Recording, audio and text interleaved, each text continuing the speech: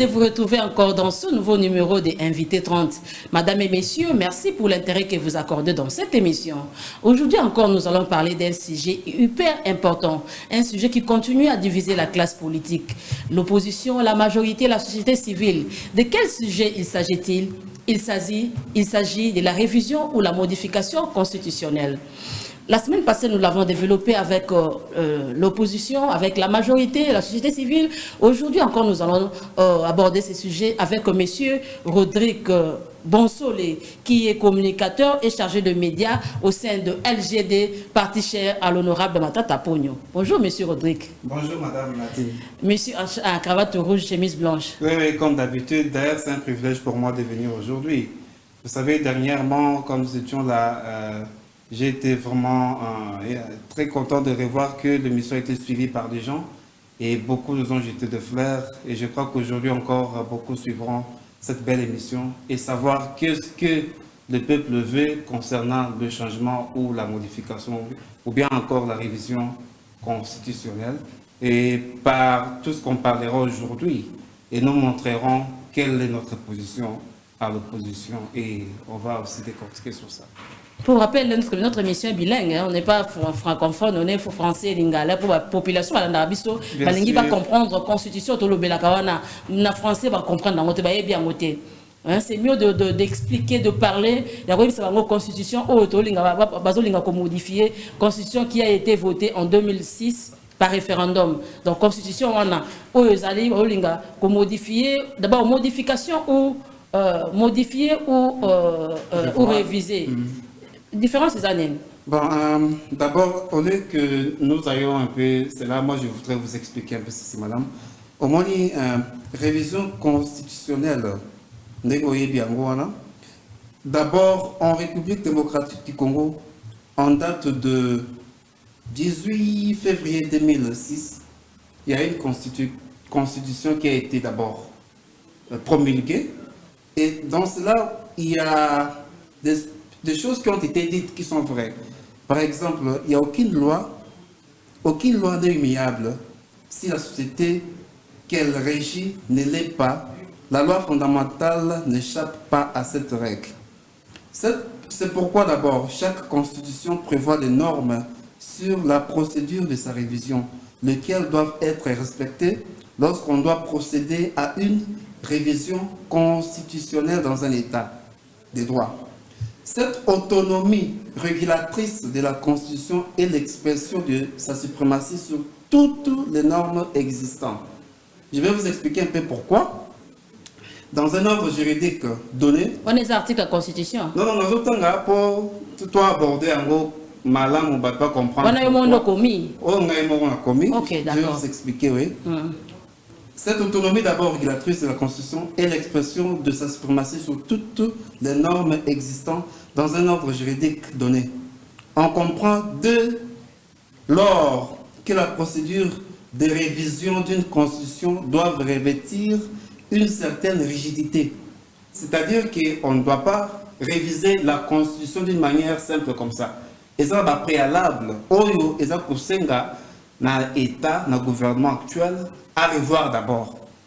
Et puis de deux, l'initiative de la révision constitutionnelle est réglée à l'article 218, alinéa 1. Elle appartient concurremment au président de la République, au gouvernement après délibération au Conseil des ministres. Chacune des chambres du Parlement, à l'initiative de la moitié de membres, à une fraction du peuple congolais constituée de 100 000. Donc 100 000 personnes s'exprimant par une pétition adressée à l'une de deux chambres. Cette disposition établit un certain équilibre entre l'exécutif et le législatif sur les initiatives des révisions sans perdre de vue le peuple lui-même. Maintenant, je voulais encore vous expliquer, madame, revoyez un peu, d'après l'article 219, aucune révision, je dis bien aucune révision ne peut intervenir pendant l'état de guerre, pendant l'état d'urgence, ni pendant l'intérim à la présidence de la République, ni lorsque l'Assemblée nationale et le Sénat se trouvent empêchés de se réunir librement. Cette norme fixe des limites quant à la période au cours de laquelle une révision constitutionnelle peut être entreprise. On peut déduire, donc, de Koloba, on peut déduire que c'est en temps normal que l'on peut procéder à la révision de la Constitution. Madame, moi je peux vous expliquer. Pardon, dans lundi, article 219, Nawana Malam. Ok. Oui, en temps de guerre, en temps de guerre, en temps d'état de siège, on ne peut pas réviser la Constitution. Donc, guerre est up. Madame, au Congo, est-ce que nous sommes en paix? La guerre se trouve, il y a une grande guerre. Est-ce que vraiment guerre est allée? S'il y avait la guerre, maintenant tout ça, l'émission est en Madame, où se trouve Bonagan actuellement? Vous ne savez pas qu'il y a des rébellions qui se vissent encore aujourd'hui? Est-ce que le Congo est réuni? Le Congo n'est pas encore unifié? Il y a des provinces, il y a des territoires aujourd'hui qui sont occupés par des rebelles. On doit d'abord récupérer tous ces territoires, réunir ce territoire, et puis enfin on va aller à réviser la Constitution. Est-ce que, madame, je peux vous demander une chose? Est-ce que c'est prioritaire? Le peuple congolais en a besoin. Est-ce que Yolangay, nous en a besoin pour réviser la Constitution? Est-ce que c'est prioritaire? On doit d'abord construire des routes pour relier Lubumbashi au Congo central. On doit nourrir des gens. Il y a des gens qui travaillent, qui souffrent, qui ne mangent pas à leur faim. Le dollar ne fait que monter. Hein? L'éducation n'est pas à sa bonne forme. On doit voir toutes ces choses avant d'aller à réviser la Constitution. Moi, je dis que non, le peuple n'a pas besoin de ça. On ne doit pas réviser la Constitution maintenant parce qu'il y a des choses qui sont importantes. C'est le LGD qui n'a pas besoin de ça ou bien le peuple? Parce que il y a une LGD à partir opposition. Vous êtes pour ou contre la révision? Moi, je ne suis pas contre la révision, mais quand est-ce qu'on peut réviser la Constitution? Donc vous êtes pour? Je suis pour. Quand on n'est pas contre, on est pour. Mais on ne doit pas réviser la Constitution pendant que le pays est divisé. Là, vous consacrez la balkanisation. C'est pas normal. On doit d'abord réunir tout le pays et à la fin répondre aux désidératas de nos populations. Et ensuite, on va aller à réviser la Constitution. Mais donc, raison. Si nos besoins ne sont pas rencontrés, donc c'est inutile, c'est pas important de réviser la Constitution aujourd'hui. Donc, madame, les préalables, c'est le social, les préalables, c'est les gens qui sont avec nous, base à la malamou. Mboka est à la réunie. Regardez un peu chez moi à Osho et au Maïndombe à Lokolama. Il y a des gens qui produisent des produits. Il n'y a pas une bonne éducation. Il y a des produits qui sont produits, mais pour évacuer ces produits et les amener à qui? Il n'y a pas un moyen de transport. Est-ce que le gouvernement ne peut pas s'en charger pour occuper la province, par exemple, il y a Maïndombe et le bateau. Province, il y a Bas Congo, il y a Mitouka, il y a chemin de fer. La province est sous enclavée. Il y a unité. Mais comment vous précipiter pour réviser la Constitution pendant que c'est important pour notre peuple de l'Angoté? Parce que ça l'article belé. Et ça l'article belé, la Constitution est rebloquée. Ce n'est pas la Constitution qui bloque le développement du pays. Madame, moi j'ai étudié, je peux vous dire qu'il y a beaucoup de pays au monde qui n'ont pas de Constitution mais qui marchent, qui sont développés. Israël n'a pas de Constitution. La Grande-Bretagne, l'Islande, la Nouvelle-Zélande, le Swaziland, beaucoup de pays. Mais ils sont plus développés que le Congo. Nous sommes les pays les plus riches. Mais un pays plus pauvre, est-ce que la Constitution bloque que nous soyons développés? Moi j'en doute. Moi j'en doute.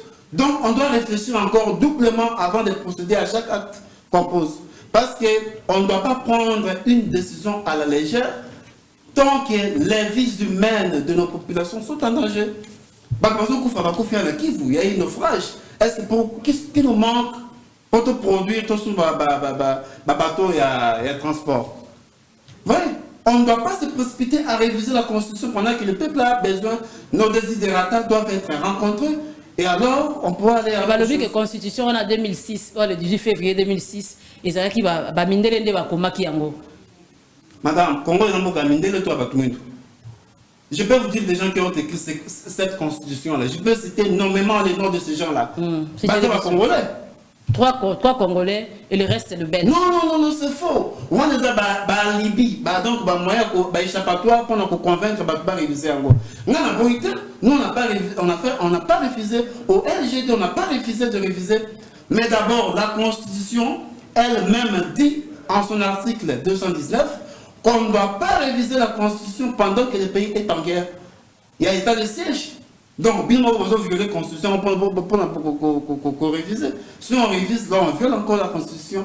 Donc, le pays n'a pas besoin de ça. Le pays a besoin de manger. Tu sais dans le but qu'il n'y a pas de crise. Tant que il a fallu la signer que dialogue. Président, tu sais qu'il n'y a pas de crise. Quand vous dites qu'il y a guerre, c'est une crise exatée. Comment est-ce qu'il y aura guerre pendant que crise est exatée? Toute crise. Oui, comme ça, là, que dialogue,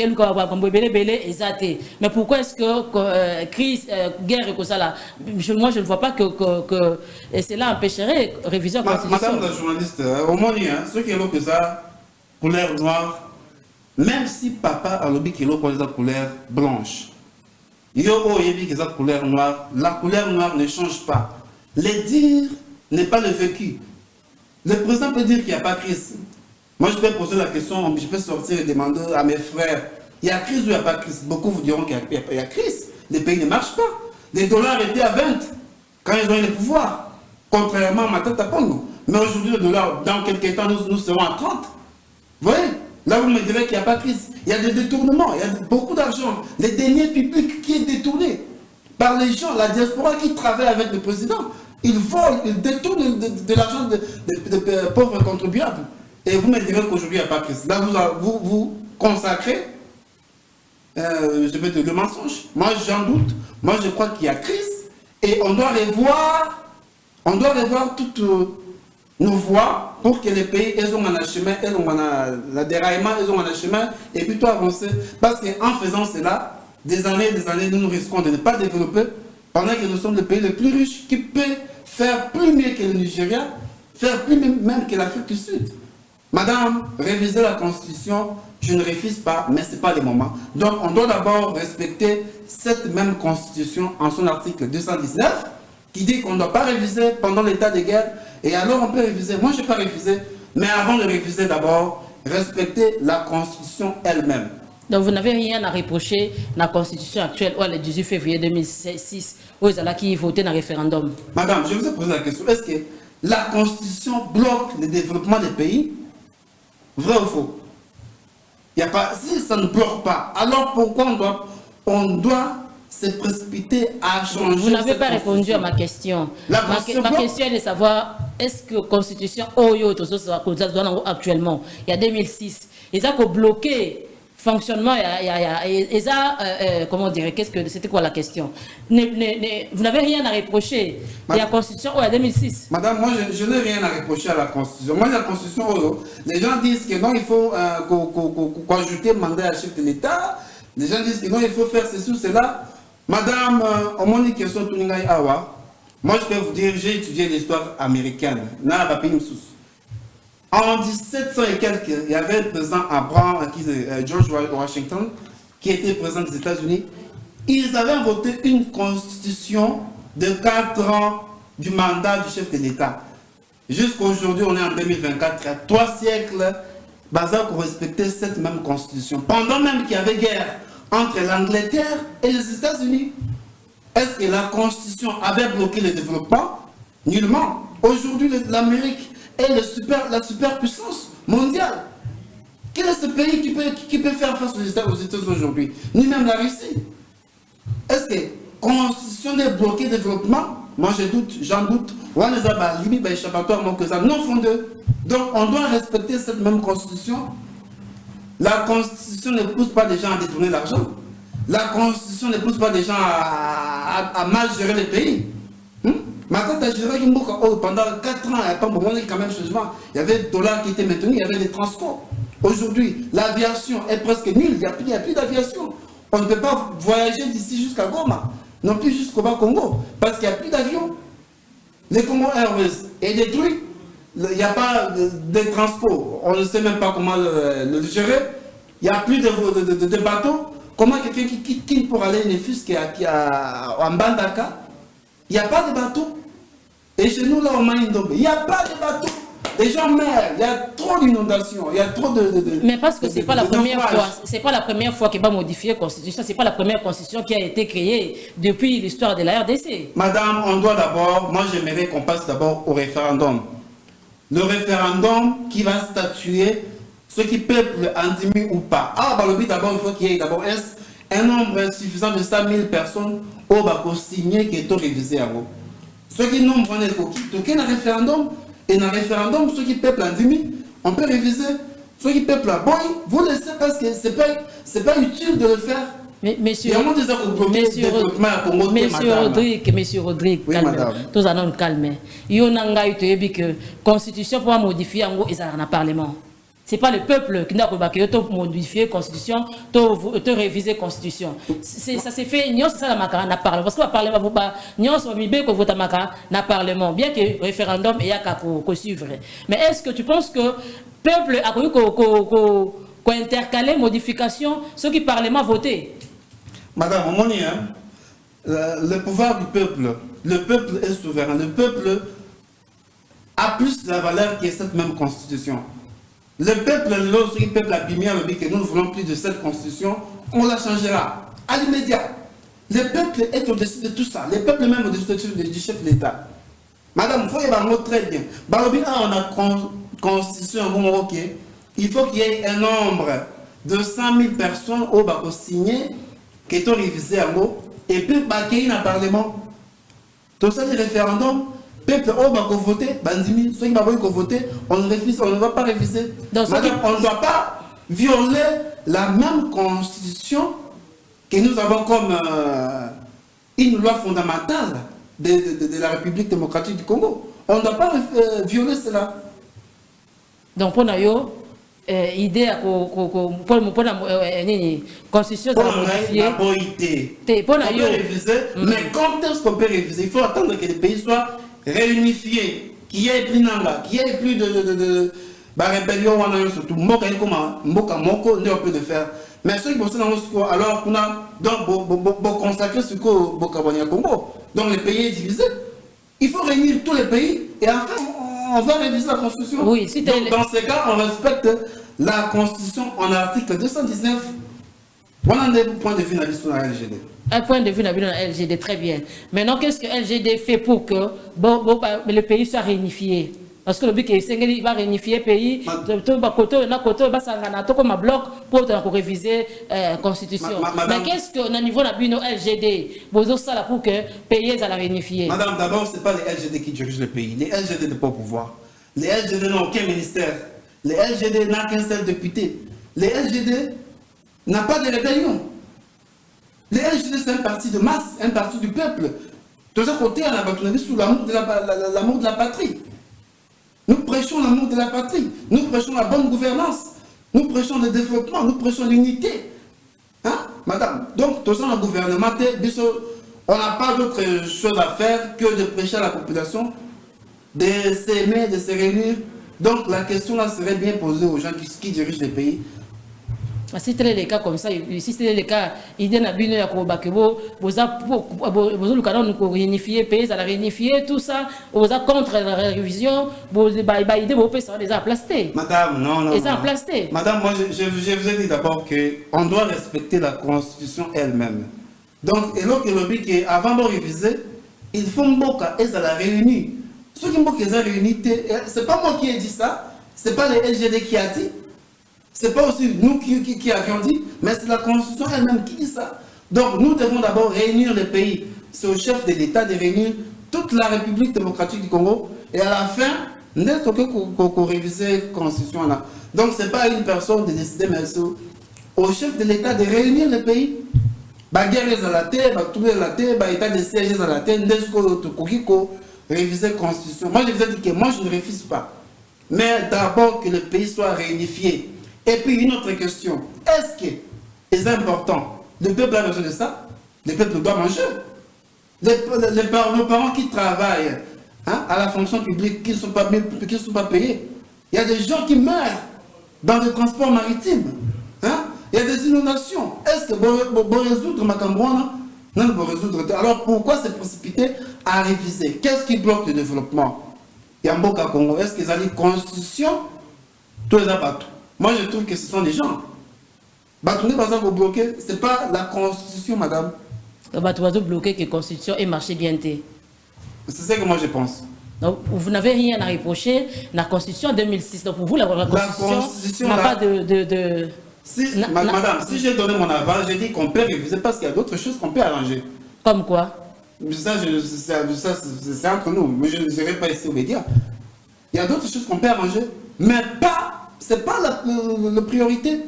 C'est pas une priorité pour nous aujourd'hui de réviser cette constitution. Donc, on doit d'abord réunir les peuples, répondre aux désidérata, et alors on peut réviser. Parce que s'il y a des choses qu'on doit réviser, ça peut se dire que c'est des moments. On le fera quand le pays sera réunifié.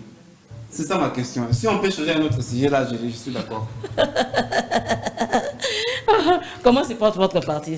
Nous sommes allés vite, dernier. Comment d'abord se porte le parti? Bon, madame, le parti, le LGD se porte très bien. Nous nous apprêtons pour le congrès. Il y a le congrès qui est en juillet. Je pense que je vais vous inviter, vous allez venir un jour. Le parti LGD, c'est un parti qui est en train de... Moi, je trouve que c'est un parti d'élite, hein, un parti qui éduque. Parce que chez nous, il y a l'école de leadership. On prend des gens, nous les éduquons plutôt, nous leur montrons la bonne manière à suivre pour que les pays marchent très bien. Nous montrons aux gens comment on peut respecter, comment on peut avoir l'amour de la patrie, comment on peut respecter sa propre nation. Nous montrons aux gens comment on peut travailler pour que demain, vous soyez quelqu'un de valeur. Donc le LGD, moi je trouve que c'est une école de formation qui a besoin vraiment des gens pour y adhérer. Partie de formation, tout le monde a pas qu'à vous former. Ouais, tout le monde a bangoté. Il y a des gens, nous formons beaucoup de gens. Je vais vous inviter, vous allez voir, ne vous en faites pas. Vous allez voir des gens que nous formons là-bas. Et votre autorité morale? Il se porte bien, il a été invité. D'ailleurs, le samedi, nous étions à l'hôtel Mebling. L'autorité morale avait beaucoup parlé vraiment sur la gouvernance qui est maintenant médiocre. Il avait beaucoup parlé sur l'arrestation de Katumbi. Il avait beaucoup parlé aussi sur des gens qui sont arrêtés. Il y a des Kikouni, tous ces gens-là. Nous voulons que tous ces gens-là soient libérés. Qui est l'amour de la patrie, qu'ils soient libérés. Et puis on peut voir autre chose. On ne doit pas arrêter les gens arbitrairement comme ça. Quelqu'un qui parle la vérité, vous l'arrêtez. Pourquoi? Donc, madame, il faut savoir que toute chose a un début et une fin. Et tout ça prendra fin. Et par rapport au dialogue initié par Martin Fayulu? Merci. Vous savez, le dialogue, c'est une très bonne chose. En Afrique, nous sommes des Noirs. En Afrique, on ne refuse pas les dialogues. Hein. En famille, d'ailleurs, quand il y a un problème, on ne refuse pas les dialogues. Il faut que le papa qui est le chef de l'État, le président Félix Tshisekedi, puisse convoquer le dialogue. Ce n'est pas un individu comme Fayulu. Ce n'est pas lui. Ce n'est pas lui qui est le chef de l'État. C'est le président de la République qui doit convoquer les dialogues et appeler tous les gens, les réunir autour d'une même table. Appeler les rebelles. Appeler les gens qui désobéissent. Appeler tout le monde de toutes catégories, la société civile et autres, qu'on se réunisse et qu'on se parle. Là, moi, je suis d'accord. Mais pas à un individu de convoquer le dialogue. En qualité de qui? Il a quel mandat? Moi, je ne suis pas d'accord que le dialogue soit convoqué par un individu. Moi, j'aimerais que le président Tshisekedi puisse convoquer. Et alors, les gens, nous irons. Pour le dialogue, on ne refuse pas. Pour la présidente Tshisekedi, le président Tshisekedi dans le pays, il n'y a pas de crise. À mon ici, la dialogue, peut-être que Martin Fayulu a invité Matata Pogno entre Bango, pour organiser le dialogue. Pour la présidente Félix, en tout cas, il peut aussi mater. On m'a dit à madame, je peux dire comment. Tout ce qui est appartenance politique, tout intérêt à peuple. Au moins, il faut que moi, je vous ai parlé qu'il faut tous un amour, il y a amour, il y a patrie. Tout à l'heure, qui est en opposition, en gouvernement. Donc, on doit d'abord travailler pour l'intérêt du peuple. Il dépend pour l'intérêt du peuple, non? Quand on va pouvoir arranger social. Tout ça, psycho.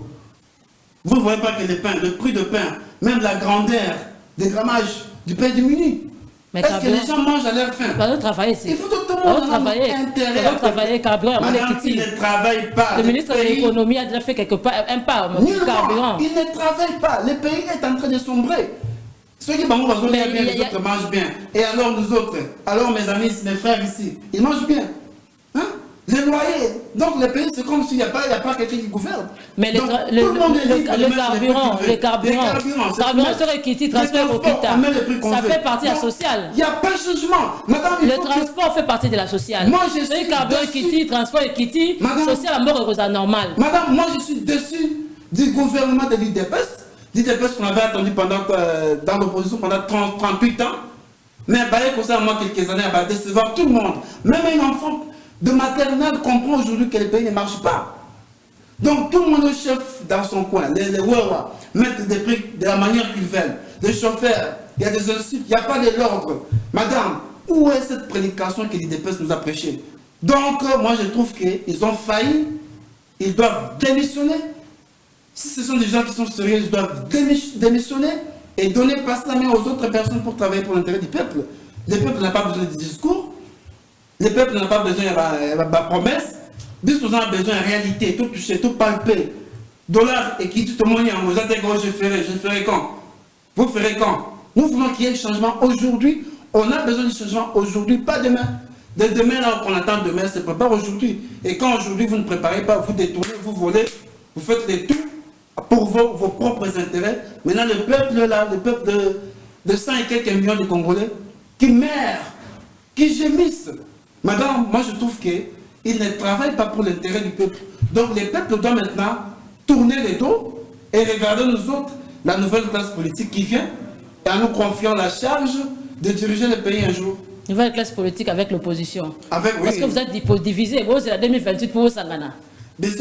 Quand vous dites que vous ne voulez pas la révision constitutionnelle, c'est l'élection 2028. Pendant que vous êtes divisé, vous êtes bloqué. Non, madame, il faut évacuer. Qui est d'abord de l'opposition? Fayoulou. Est-ce qu'il est vraiment opposant d'après vous?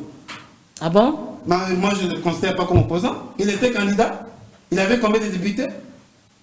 Moi, je ne le considère pas comme opposant. C'est lui qui se promène à chaque moment avec le président de la République. Vous l'appelez opposant.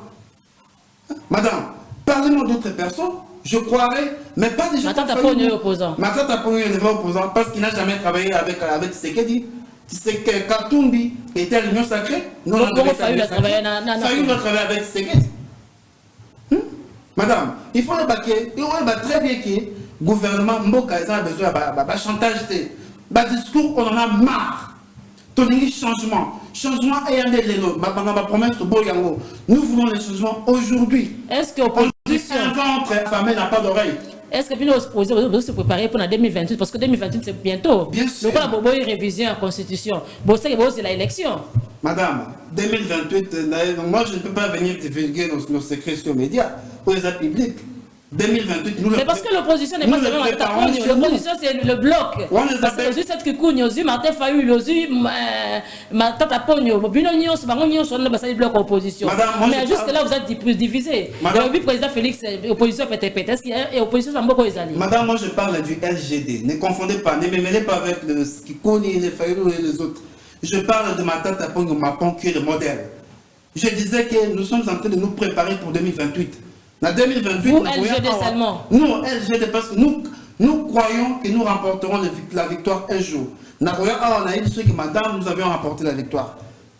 Le LGD travaille pour l'intérêt du peuple. Le LGD se prépare. Nous nous apprêtons. Tout ça, arme la biche, tout ça. Tout ça,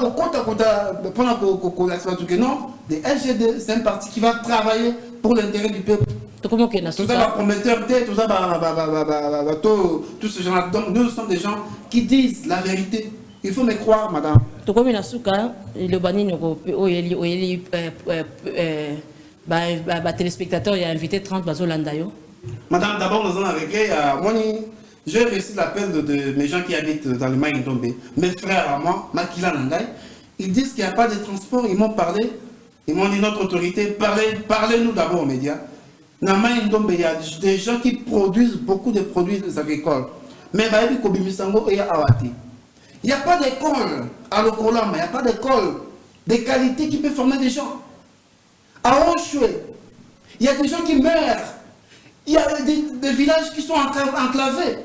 Donc, pays c'est comme si il n'y a que Kin et autres villes, mais intérieur à madame, ils sont enclavés. Dans le 18e siècle, il n'y a pas de développement. Hein? Il n'y a pas de courant.